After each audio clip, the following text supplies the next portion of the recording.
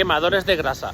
Y cuando hablamos de quemadores de grasa nos vamos a referir fundamentalmente a la L-carnitina, porque es lo que te han sugerido en el gimnasio, esto es muy común, como medida de atajo.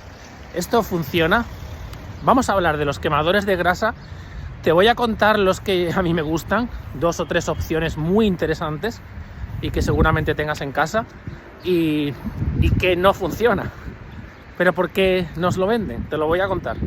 Hoy es miércoles 19. Mira lo que acabo de ver.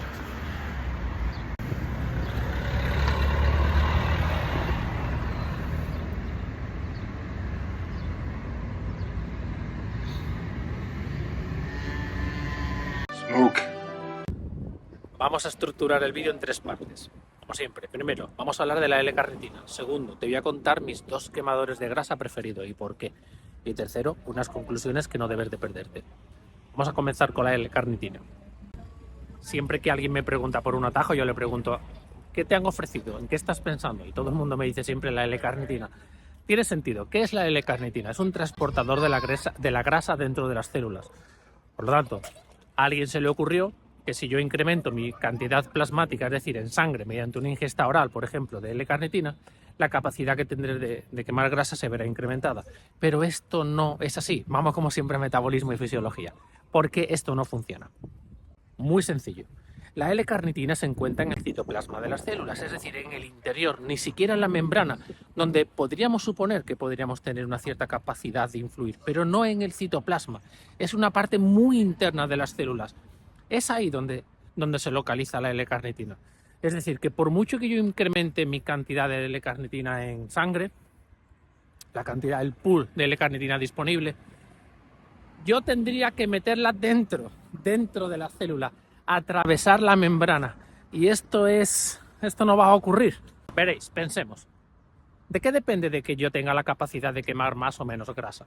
Pues va a depender de mi condición física, como siempre. En personas con poca grasa corporal, vamos a ir un 13, un 14%, con un buen tono de masa muscular, la cantidad de L-carnitina que estas personas tienen en su citoplasma es mayor.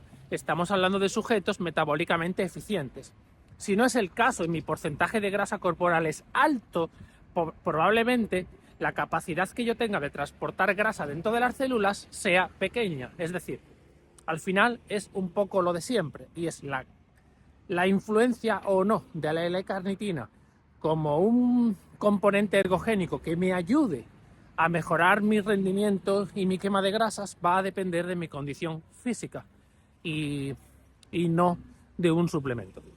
¿Por qué se vende? Porque hay gente dispuesta a pagar por cosas absurdas.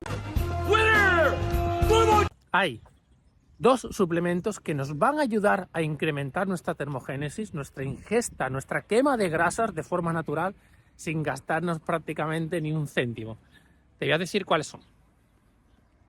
Veréis, hay una forma en la que podemos quemar grasa de forma natural que enseguida te voy a contar.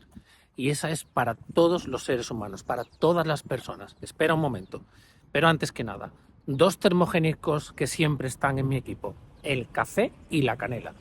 También podríamos considerar el jengibre, pero el café y la canela son sustancias que nos incrementan el gasto metabólico basal. Es decir, que a igualdad de condiciones, con las calorías que yo pueda quemar a lo largo del día, simplemente un café con cafeína y añadiéndole canela, voy a quemar algunas calorías más, sin necesidad de hacer nada más distinto. Solamente café y canela. Serían 2 termogénicos. Nos incrementarían el gasto metabólico en reposo. Veréis, aquí de lo que se trata es de quemar grasa que tenemos almacenada. Está claro, estamos hablando de eso. ¿Cuándo va a suceder eso? Cuando nuestra glucosa disponible esté baja. Recordad, tenemos 2 monedas energéticas, la glucosa y los ácidos grasos. La primera vía de elección metabólica por defecto va a ser la glucosa, la segunda, la grasa. Pero ¿cuándo vamos a acudir a esta segunda vía alternativa? Cuando nuestra glucosa disponible haya bajado, tanto plasmática como a nivel de glucógeno. ¿Cómo podemos hacer que nuestra glucosa esté un poquito más baja de lo que queremos? Mediante 2 formas. Nuestra glucosa disponible va a estar baja en 2 situaciones. Primera, en una disponibilidad de hidratos de carbono en nuestra dieta relativamente baja, si renunciamos un poquito a la ingesta de carbohidratos, nuestra glucosa plasmática va a ser limitada y activaremos la vía en la que la grasa será combustible. Una opción. Opción número 2. El entrenamiento cardiovascular de intensidad baja moderada. De esto y algún vídeo los dejaré en las notas del episodio. Entrenamiento en zona 1, en zona 2. El entrenamiento a baja intensidad o intensidad moderada a un rango de pulsaciones de las que ya he hablado en este canal, no quiero reiterarme, activa la forma en la que quemamos grasa. El entrenamiento de alta intensidad no usa las grasas disponibles. Por lo tanto, queremos quemar grasas, vamos a reducir nuestros carbohidratos y vamos a incrementar el tiempo de ejecución de un entrenamiento a intensidad baja. ¿Sí, no? ¿Más o menos? Venga, seguimos.